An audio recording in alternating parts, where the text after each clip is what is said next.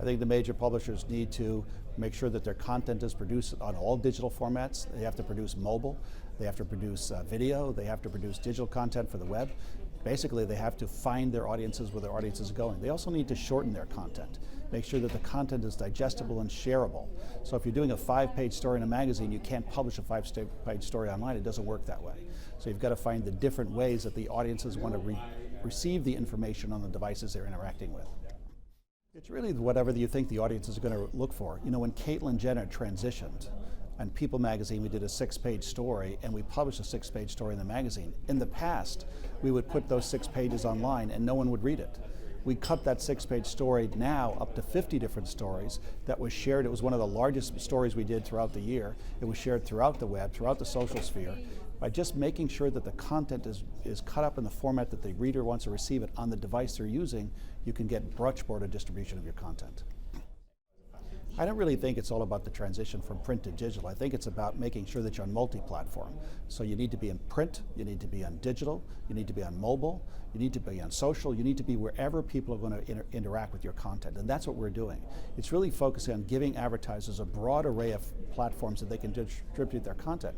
One of the problems advertisers are having is breaking through the clutter that's called digital. You know, when you look at a web page, all 20 ads viewed for 1 second counted. Really? Do you think anybody really engaged with that?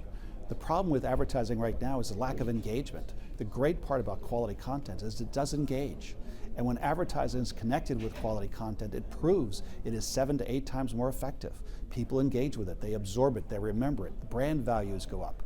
That's the great opportunity that we have, is because we have quality content as opposed to all the digital stuff that's out there, much of which is just tricks to get you to click on something, and it's really not quality at all. Ad blocking, I think, is going to be here and people are going to use it. In fact, it's up in the mid-20s in some of the European countries. It's about, by all estimates right now, 6 to 7% in the US. iOS 9 just came out. It features the ability to do ad blocking. Ad blocking is going to create lots of challenges for digital publishers, which is important. Many of them are all for sale right now.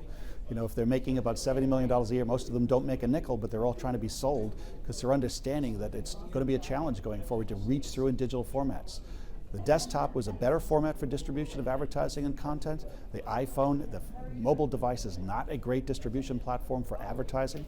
So all of these people are saying, what's going to happen in that world? I think it plays to quality content. It plays back into the ability of publishers to produce great content for advertisers and great ways to engage those audiences.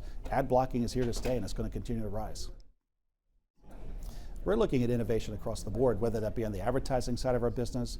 We're selling our network in ways that we hadn't done before. You know, we reach 150 million US adults, so we're selling that as a network that you can buy from us. We're working with advertisers on creative programs, saying, how can we create creative programs that break through the clutter for you? Because the clutter of advertising world is immense today. So we're creating those programs. We're creating a lot more video. We'll do about 11,000 short form videos this year. Probably when you take into account the videos we're asking all of our editors to produce with their own iPhones, maybe up to 30,000 videos this year. So the opportunity for us to grow in video, to grow in content is there. And we're just making sure that our content remains the best in the spaces that we operate in, and we distribute it on multiple platforms.